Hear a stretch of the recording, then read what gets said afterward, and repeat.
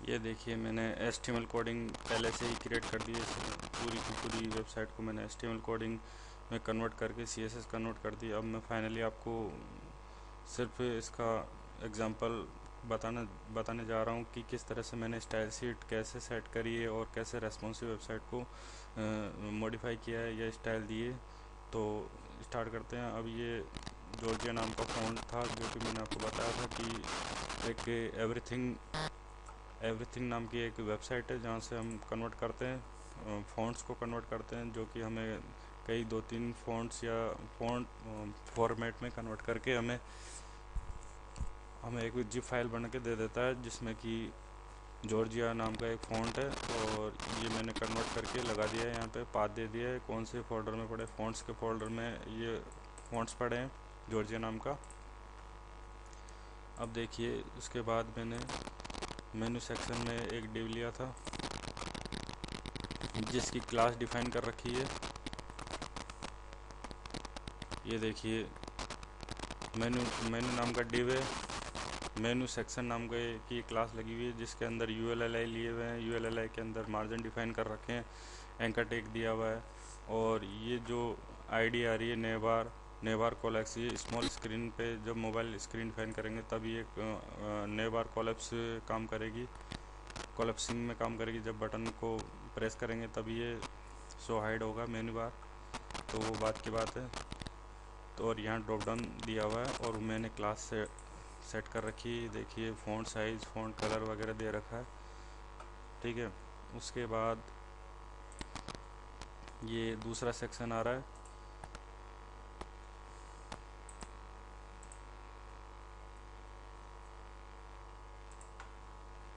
ये सेक्शन है हेडर के बाद। हेडर HTML5 का टैग है। उसके बाद ये सेक्शन लिया स्लाइडर के लिए। स्लाइडर सेक्शन नाम का एक क्लास दी, सेक्शन लिया जिसमें बूट स्टेप का रूल फॉलो किया हुआ है। कंटेनर और रो के अंदर कॉलम के अंदर ये ID दे रखी माइक्रोजोल और डिव दे रखा क्लास क्रोजोल इनर, जिसमें कि डिव दिया रखा आइटम के अंदर एक क्लास एक्टिव दे रखी है। ये एक्टिव क्लास जावास्क्रिप्ट के अकॉर्डिंग कॉल होती है और इमेज जो है स्लाइड होती रहती है 1 बाय 1, जिसमें इमेज और कंटेंट आ रहे हैं, ठीक है। ये देखिए एक सेक्शन ले रखा डिव के अंदर एक क्लास दे रखी है स्लाइड इमेज के अंदर इमेज दे रखी है और ये डिव दे रखा 50% का, ठीक है। उसके बाद ये राइट साइड में एक और डिव लिया हुआ है जिसमें क्रोजोल कैप्शन नाम की क्लास आ रही है start.css के अंदर लाइन नंबर 56 के अंदर, ठीक है। इसमें H1 दिया हुआ है और पैराग्राफ दिया हुआ है और स्टाइल शीट सेट की हुई है, फ़ॉन्ट साइज, फ़ॉन्ट कलर वगैरह, ठीक है। उसके बाद एक डिव लिया है जिसमें क्लास आ रही है सर्व सेक्शन, जिसको फ्लोट लेफ्ट और विड्थ 100% दे के कवर किया हुआ है, ठीक है। और इसमें पैडिंग दी हुई है, जैसे कि डार्क ब्लू में पैडिंग आ रही है और लाइट ब्लू में ये पूरा सेक्शन कवर है और जो येलो कलर में आ रहा है वो मार्जिन आ रहा है 20 पिक्सल का टॉप में। और एक बॉर्डर आ रही है बॉर्डर को बॉटम भी किया जा सकता है, लेफ़्ट और राइट भी दिया जा सकता है अलग अलग, ठीक है। अभी ये देखिए उसके बाद बूट स्टेप का रूल फॉलो किया हुआ है। डिव के अंदर कंटेनर दिया हुआ है, कंटेनर के अंदर फर्स्ट रो और सेकंड रो जो है इसके अंदर ये आ रही है टैगलाइन, सेकंड रो ये रही। तो ये जो फर्स्ट रो है उसके अंदर देखिए आप कॉलम बांटे हुए हैं। एक बूट स्टेप की ग्रिड होती है, टोटल 12 ग्रिड होती है, उसके अंदर ये कॉलम्स होते हैं 1 1 1, टोटल 12 होने चाहिए। जैसे कि call SM 4, call SM 4, call SM 4, total 12 हो गए। इसको हम अलग अलग भी डिफाइन कर सकते हैं कि जैसे यहाँ ले लिए 6 और यहाँ ले लिए 8, और सॉरी 6 और 6 12, ठीक है। और नीचे भी 6 का दे दिया कॉलम, टूट के नीचे आ गया वो, तो ये हो गया टोटल 6 6 12, तो यहाँ हो गया और टूट के नीचे आ गया, इसलिए एक बार में 12 कॉलम होते हैं, ठीक है। अब हम देखिए इस कॉलम एक बार रिफ्रेश कर देता हूँ। इस रो में देखिए कॉल SM 4 है। कॉल SM 4 के अंदर एक डिव दिया हुआ है सर्विस नाम का, जिसमें एक डिव है इमेज के लिए और एक डिव है डिटेल के लिए, जिसमें H2 और पैराग्राफ आ रहा है। तो जैसे कि मैंने बता रखा है, लाइन नंबर 74 में देखेंगे अपन कैसे स्टाइल शीट दी हुई है। 74 में आया फ्लोट लेफ्ट विड्थ 100% दे दिया, मार्जिन बॉटम से दे दिया, मार्जिन क्लॉकवाइज वर्क करता है, टॉप राइट और बॉटम और लेफ्ट, ठीक है। और ये फ़ॉन्ट के अंदर फ़ॉन्ट साइज़, फ़ॉन्ट फैमिली का नाम, फ़ॉन्ट फैमिली, और एक कलर दे दिया, और टेक्स्ट ट्रांसफॉर्म अपर केस, ठीक है। ये इसी तरह से डिफाइन किया हुआ है। और उसी तरह से पैराग्राफ आ गया, और ये एंकर टैग आ गया। एंकर टैग के अंदर वही क्लास वगैरह। बॉर्डर रेडियस को हम बढ़ा भी सकते हैं, ये देखिए, ठीक है। बॉर्डर रेडियस सब में दिखे इसलिए हम प्रीफिक्स लगाते हैं, देखिए कैसे। लाइन नंबर 59 में गए, ये बॉर्डर रेडियस मैंने बॉर्डर रेडियस का प्रीफिक्स पहले ऑलरेडी लगा रखा है, डैश लगाया, वेबकिट लिखा, क्रोम के लिए वेबकिट लिखते हैं प्रीफिक्स और बॉर्डर रेडियस लगा दिया, और मोजिला के लिए एमोजेड लिखते हैं प्रीफिक्स, और ओपेरा के लिए ओ लिखते हैं प्रीफिक्स। तो इसी तरह से border radius, text shadow, box shadow, इन सभी में हम प्रीफिक्स लगाते हैं ताकि हर ब्राउज़र में ये दिखे, ठीक है, ये शो हो। उसके बाद देखिए नेक्स्ट रो में H2 दिया हुआ है। H2 में सर्विस टैग लाइन नाम का कोई क्लास बनी हुई है, जिसमें देखिए पैडिंग दे रखी है, डार्क ब्लू में पैडिंग दिखाई दे रही है, लेफ्ट और राइट से 150 पिक्सल है, और टॉप बॉटम से 40 पिक्सल है, ठीक है। मार्जिन दिया हुआ है टॉप बॉटम 40 पिक्सल, और वही फ़ॉन्ट साइज़ और फ़ॉन्ट कलर दिया हुआ है। बॉर्डर टॉप से देखिए 1 पिक्सल की है, मैं यहाँ पे टॉप को बॉटम भी कर सकता हूँ, ये देखिए BOTTO है बॉटम, तो ये बॉर्डर बॉटम में हो गई, ठीक है, ये आगे बॉटम में। इसी तरह से हम चारों तरफ से बॉर्डर दे सकते हैं। अगर बॉटम कुछ भी ना लिखे, सिर्फ बॉर्डर दिया और 1 पिक्सल दे दिया, तो ये चारों तरफ से बॉर्डर क्रिएट हो गई, ठीक है। और नेक्स्ट है फुटर सेक्शन। फुटर सेक्शन में देखिए वही कॉलम बटे हुए हैं, कंटेनर के अंदर रो के अंदर कॉलम 6 के अंदर बाकी सब जो हम करते आए हैं। डिव लिया, डिव के अंदर H2 पैराग्राफ दे दिया। उसी तरह से इस डिव के अंदर भी H2 और ULLI के अंदर मैंने ये लिंक बना दिए, 1 2 3 4 5 6 लिंक बना दिए, और स्टाइल शीट क्रिएट कर दी, जैसे कि बॉर्डर आ रही है। अब लास्ट में हमें बॉर्डर नहीं चाहिए तो लास्ट चाइल्ड लिख सकते हैं, बॉर्डर नन वगैरह कर सकते हैं। देखिए जैसे कि मैंने 99 में दिया हुआ है, मैं दिखाना चाहूँगा आपको। 99 में देखिए क्विक लिंक क्लास की UL की LI का जो लास्ट चाइल्ड है उसमें बॉर्डर बॉटम नन कर दिया। मार्जिन भी हम नन कर सकते हैं, पैडिंग भी नन कर सकते हैं, कुछ भी दे सकते हैं। और जैसे बॉर्डर लास्ट चाइल्ड दिया वैसे ही हम फर्स्ट चाइल्ड भी ले सकते हैं, वहाँ पे भी जो भी चेंजेस करने हो हम कर सकते हैं पैडिंग मार्जिन वगैरह में, ठीक है। और उसके बाद जो राइट साइड में कॉलम 6 आ रहा है उसमें भी हम चेंजेस कर सकते हैं, वही सेम चीज़ें लिखी हुई है क्लास, जैसे कि हमें ऑलरेडी आता है क्लास चेंज करना। इनपुट में क्लास लगा रखी है जिसमें कि ये बॉर्डर नन करना पड़ता है, डिफ़ॉल्ट बॉर्डर आती है। ये देखिए मैं बॉर्डर हटाया तो ये बॉर्डर नन को मैं अगर वो क्या बोलते हैं, इसको मैं हटा देता हूँ तो बॉर्डर नन हो जाता है, और ये बॉर्डर चारों तरफ से दिखा देती है, ठीक है। और इसको इसीलिए बॉर्डर नन किया जाता है। बैकग्राउंड दे रखा है, कलर दे रखा है, फ्लोट लेफ्ट विड्थ 100% पैडिंग दे रखा है, ठीक है। और ये टेक्स्ट दे रखा है, ठीक है। और उसके बाद लास्ट डिव लिया हुआ है जिसके अंदर कंटेनर, रो और कॉलम। अभी देखिए कॉपीराइट के एक क्लास दे रखी है, कॉपीराइट पैराग्राफ के अंदर फ़ॉन्ट और फ़ॉन्ट कलर दिए हुए हैं, और राइट साइड में आ रहा है ULI, फ्लोट राइट कर दिया, फ्लोट यानी डायरेक्शन, ठीक है। अब बात आती है रेस्पॉन्सिव की। तो एक बार मैं फिर से बताना चाहूँगा कि ब्राउज़र जो है HTML कोडिंग और CSS को रीड करता है टॉप टू बॉटम। तो सबसे पहले जो पहले लिखा जाता है उसकी प्रायोरिटी, फिर जो बॉटम में आता है उसकी प्रायोरिटी ज़्यादा हो जाती है, फिर उसके बाद प्रायोरिटी में आ जाता है responsive.css। इस तरह से जो सबसे लास्ट में होगा, सबसे बॉटम में होगा, उसकी प्रायोरिटी सबसे ज़्यादा होगी, ठीक है, मतलब वो प्रायोरिटी में आ जाता है। अब जैसे कि मैंने style.css के बाद responsive.css लिखा, इसकी प्रायोरिटी ज़्यादा है। तो अब रेस्पॉन्सिव में देखिए मैं कैसे मीडिया क्यूरी बनाते हैं, कैसे मीडिया क्यूरी क्रिएट की जाती है। अब बूटस्ट्रैप की जो स्टाइल शीट है bootstrap.css, उसके अंदर कंटेनर की विड्थ प्री डिफाइन होती है। तो मीडिया क्यूरी लिखा @मीडिया क्यूरी, मिनिमम विड्थ 992, मतलब मीडिया क्यूरी 992 क्या हुआ, स्क्रीन साइज़ 992 से लेकर ये एंड दिया हुआ है 992 से लेकर मैक्सिमम विड्थ 1199 तक। कंटेनर की विड्थ कितनी थी? बाय डिफ़ॉल्ट दी हुई होती है CONTAINER, कंटेनर की विड्थ 970 दी हुई होती है, ठीक है। इसी तरह से 768 से लेकर 768 पिक्सल जो स्क्रीन साइज है, 768 से लेकर मैक्सिमम विड्थ 991 तक कंटेनर की विड्थ रहती है 750, ठीक है। और 767 से बिलो जितने भी मीडियम मोबाइल वगैरह हैं उन सब में कंटेनर की विड्थ फुल फिल हो जाती है, विड्थ 100% हो जाती है। और 1199 के बाद 1200 पिक्सल से अपर जितने भी स्क्रीन साइज होगी उनमें कंटेनर की विड्थ होगी 1170 पिक्सल की। जैसे कि मैं आपको दिखाना चाहूँगा, अभी यहाँ पे कंटेनर की विड्थ है 1366 से ऊपर, मतलब कि 1199 से बग के बाद 1200 के बाद देखिए कंटेनर की विड्थ कितनी होगी।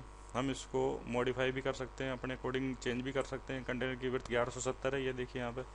अब जैसे ही कंट्रोल शिफ्ट M किया जाता है स्क्रीन साइज़ के लिए, कंट्रोल शिफ्ट इसका शॉर्टकट की है, स्क्रीन साइज़ को हम मॉडिफाई कर सकते हैं। जैसे कि 768 पे सेट किया इसको, तो 768 से लेकर 991 तक कंटेनर की विड्थ देखिए। इसमें bootstrap.css में कंटेनर की विड्थ दे रखी है 750, ठीक है। उसके बाद अगर 992 से लेकर 1199 आ जाती है इसकी स्क्रीन साइज़, तो कंटेनर की विड्थ हो जाती है 950। ये देखिए, अब मैं आपको दिखाना चाहूँगा, ये 970 पिक्सल हो जाती है विड्थ, कंटेनर की जो विड्थ। अब इस विड्थ के अकॉर्डिंग ही हमें पूरी जो साइट है उसको सेट किया जाता है। जैसे कि फ़ॉन्ट साइज़ हुआ, मार्जिन हुआ, गैप हुआ, पेडिंग हुआ, इन सबको। अब जैसे मैं आपको दिखाना चाहूँगा 768 पे देखिए, ये फ़ॉन्ट वगैरह, ये जो मेनू बार आ रही है टूट के नीचे आ गई। तो इन सबको सेट करने के लिए मार्जिन पेडिंग कम ज़्यादा करनी पड़ती है स्क्रीन के अकॉर्डिंग। अब जैसे कि 768 है, अब कंटेनर की विड्थ यहाँ हो गई, देखिए यहाँ पे 750 कंटेनर की विड्थ हो गई। इस 750 के अकॉर्डिंग ही हमें मॉडिफाई करना होता है। देखिए 992 तक वो कंटेनर की विड्थ सेम ही है और सेम ही रहेगी 991 तक, तो ये देखिए सेम है। तो इसके अकॉर्डिंग हमें मार्जिन पेडिंग सेट करनी पड़ती है, जो कि मैं यहाँ कर चुका हूँ। अब इसको अनहाईलाइट कर देता हूँ, वो अनकमेंटेड कर देता हूँ, ये देखिए अनकमेंटेड। अब जैसा कि मैं आपको दिखाना चाहूँगा, यहाँ देखिए कैसे चेंजेस हो गए। ये देखिए ऑलरेडी ऑटोमेटिक सेट हो गए, मार्जिन कम कर दिया, फ़ॉन्ट साइज़ कम कर दी इसमें, और ये देखिए सब सेट है यहाँ पे। उसी तरह से 1024 अगर 992 से लेकर 1199 में अगर कोई भी चीज़ मॉडिफाई, मतलब चेंजेस आ रहे हैं, कोई फ़ॉन्ट टूट के नीचे आ रहे हैं, या फिर मेन्यू बार टूट के नीचे आ रही है, या फिर फ़ॉन्ट साइज़ ज़्यादा दिख रही है, तो हम इसको कम कर सकते हैं फ़ॉन्ट साइज़ को। यही होती है रेस्पॉन्सिव साइट। और उसके बाद देखिए 767 के बाद, 767 से लेकर 76 के बाद जो भी डिवाइस आते हैं मोबाइल वगैरह, उन सब में कंटेनर की विड्थ फुल हो जाती है, और उसके अकॉर्डिंग हम सेट कर देते हैं इसको। ये देखिए मैंने फुल कर दिया सबको, विड्थ 100% कर दी इन सब की, कंटेनर की विड्थ 100% कर दो, और इनपुट टेक्स्ट वगैरह सबको 100% कर दो, तो 767 से लेकर जितने भी डिवाइस हैं उन सब में ये इस तरह से दिखाई देगी, देखिए, ठीक है। टेक्स्ट को हम लेफ़्ट में भी लिख सकते हैं, तो सेंटर में भी कर सकते हैं, राइट में भी कर सकते हैं। ये देखिए हमारा टॉगल इस तरह के बनेगा, और इन सब की विड्थ मैंने 100% कर दी, और LI को भी विड्थ 100% कर दी। देखिए LI कितनी बड़ी आ रही है, चाहे तो हम कम भी कर सकते हैं, लेकिन ये डिवाइस के अकॉर्डिंग हम इस तरह से सेट कर देते हैं। अब देखिए बात आती है कॉल MD SM की, LG की, ठीक है। तो अगर मान लीजिए इस सेक्शन के अंदर SM लिखा हुआ है और MD लिख दूँ मैं, तो देखिए क्या होता है। MD का मतलब होता है मिडिल स्क्रीन। मिडिल स्क्रीन होती है कौन सी? मिडिल स्क्रीन होती है, जैसे कि मैंने आपको बताया मीडिया क्वेरी लिखी 992 से लेकर 1199 तक जो भी कंटेनर की साइज़ है, जैसे कि 970 है, वो होती है मिडिल स्क्रीन। मिडिल स्क्रीन के अंदर इसने क्या किया, MD में, अब मैं बताना चाहूँगा आपको, 991 कर देते हैं यहाँ पे। ये देखिए यहाँ 992 किया, सॉरी, ये 992 है। 992 में देखिए आपको ये 4 दिखाई दे रहे हैं, और अगर 992 से अगर एक भी पिक्सल नीचे आता है तो ये देखिए 100% हो गया फुल, क्योंकि और कुछ डिफाइन नहीं किया हुआ है, केवल मिडिल दिया हुआ है, एमडी दिया हुआ है, इसलिए ये मिडिल स्क्रीन पे तो काम करेगा 4-4 के हिसाब से कॉलम। और जैसे ही 76 सॉरी 991 में आ जाती है, 768 के अकॉर्डिंग आ जाती है स्क्रीन साइज, 768 से लेकर 991 तक आ जाती है, तो ये फुल विड्थ में आ जाता है, क्योंकि इसकी डिफाइन नहीं करी हुई। अब जैसे एसएम कर देता हूँ तो ये एसएम स्क्रीन होती है स्मॉल, एसएम का मतलब स्क्रीन साइज होती है 768 से लेकर, ये देखिए मैं एसएम कर देता हूँ,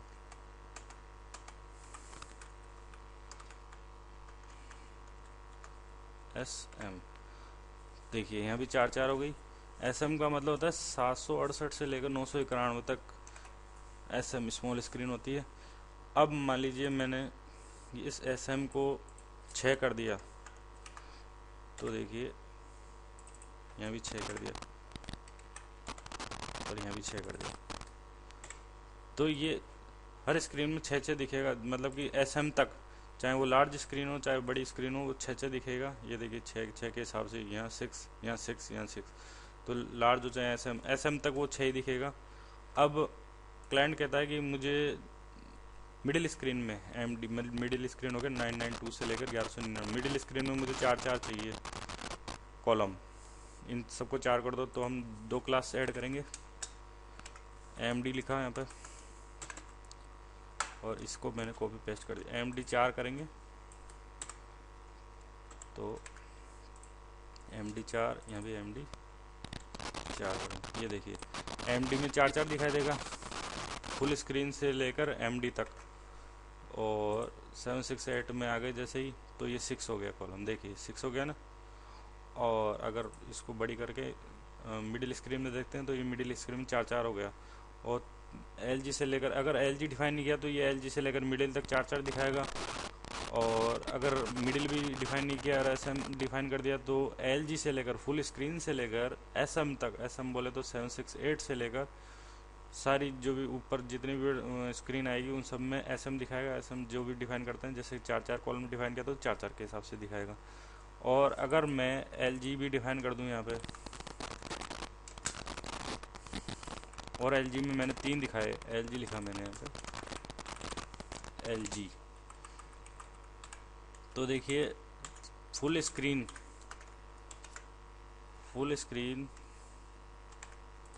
और मिडिल स्क्रीन में अलग अलग ये दिखाएगा। अब देखिए, अब यहाँ फुल स्क्रीन कर देते हैं, एलजी का मतलब फुल स्क्रीन पे, ये देखिए 3-3 को कॉलम के हिसाब से, एक और कॉलम खाली रह गया, यहाँ पे एक कॉलम और लिख सकते हैं अपन, एक कॉलम और शो करवा सकते हैं, तो ये 3-3 के हिसाब से डिफाइन हो गया, ठीक है। और एमडी में 6-6 के हिसाब से, एमडी ये देखिए 768 से ये एमडी 6-6 हो गया, 6 और 6 12, फिर 6 नीचे टूट के आ गया, ठीक है। इस तरह से हम कॉलम डिफाइन करते हैं एमडी। और एक एक्स्ट्रा स्मॉल यहाँ आ गया मोबाइल स्क्रीन में। क्लाइंट बोलता है कि एक्स्ट्रा स्क्रीन पे मुझे एक्स्ट्रा स्क्रीन पे भी 6-6 दिखाइए, तो अभी बाइट फॉल इसने फुल कर रखा है, तो मैं अगर यहाँ लिख दूँ एक्स्ट्रा स्मॉल, एक क्लास और ऐड कर दूँ, ये देखिए यहाँ एक क्लास और ऐड कर देते हैं XS। तो क्लाइंट बोलना चाह रहा है कि यहाँ मुझे 2-2 दिखाइए, मतलब 2 सेक्शन एक साथ दिखने चाहिए, तो मैंने क्या किया 6-6 लगा दिए, 6 और 6 12, 6, यहाँ 6 नहीं लिखा था, अब ये देखिए 6। तो ये देखिए ये मोबाइल स्क्रीन पे भी डबल सेक्शन आ गए यहाँ पे, ये देखिए अगर 320 पे भी देखेंगे तो भी ये डबल 6 और 6 12 हो गया। अदरवाइज अगर ये नहीं लिखते तो हम ये फुल स्क्रीन पे दिखाता। ये देखिए फुल 767 के बाद 100% कंटेनर की साइज कंटेनर की विड्थ 100% हो जाती है। तो था ये रेस्पॉन्सिव का फंडा। और बूट स्टेप हमें देता है बहुत सारे एग्जांपल साथ में, तो उन एग्जांपल्स में क्रोजोल, नेवबार, नेव सेक्शन वगैरह वगैरह दिखाई देते हैं, और उनसे हम बहुत कुछ कॉपी पेस्ट करके हम बहुत सारी चीज़ें हम डिफाइन कर सकते हैं। देखिए मैं आपको बताना चाहूँगा कि वो कहाँ पे है।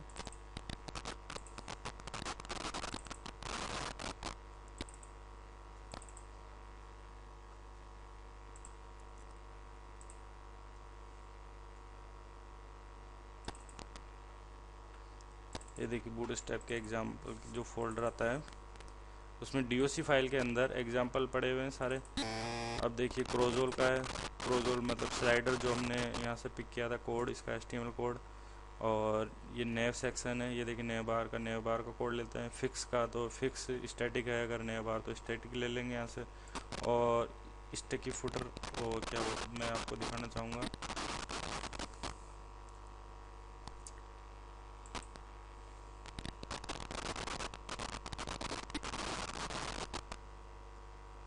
ऑफ कैनवास में हम देखेंगे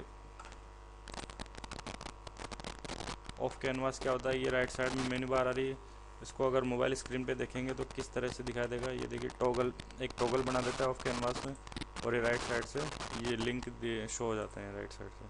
अदरवाइज अगर ये ऑफ कैनवास नहीं लगाएंगे तो ये लिंक कहाँ से होंगे, सबसे लास्ट में। इसलिए ऑफ कैनवास का हम कोड यहाँ से ले सकते हैं। और ये रेस्पॉन्सिव Ctrl+Shift+M करके हम रेस्पॉन्सिव चेक कर सकते हैं। तो इस तरह से हमने हमारी रेस्पॉन्सिव वेबसाइट क्रिएट कर ली है। देखिए कितनी अच्छी और शोर लगी हुई है। हम इसको और भी बेहतरीन बना सकते हैं, कुछ भी अपने हिसाब से मॉडिफाई कर सकते हैं CSS। बस इसमें रोज़ कॉलम का ध्यान रखना होता है। बहुत ही ईजी वे में हम क्रिएट कर सकते हैं। बूटस्ट्रैप बहुत ही ईजी है। और इसमें बूटस्ट्रैप में मॉडल्स वगैरह भी लाइव साइट से हम मॉडल जो पॉपअप होते हैं वो हम यूज़ में ले सकते हैं। मॉडल और टैब सेक्शन भी हम यूज़ में ले सकते हैं। और में बटन्स के हम कलर कॉम्बिनेशन वगैरह हम वहाँ से चूज़ कर सकते हैं। बूटस्ट्रैप के फ़ॉन्ट भी हैं, फ़ॉन्ट्स आइकन जो हैं वो भी हम यूज़ में ले सकते हैं। Thank you for. और इस तरह के वीडियो मैं और भी बनाऊंगा। थैंक यू आपका अपना कीमती समय देने के लिए, और हमारे चैनल को सब्सक्राइब कीजिए। बहुत बहुत धन्यवाद।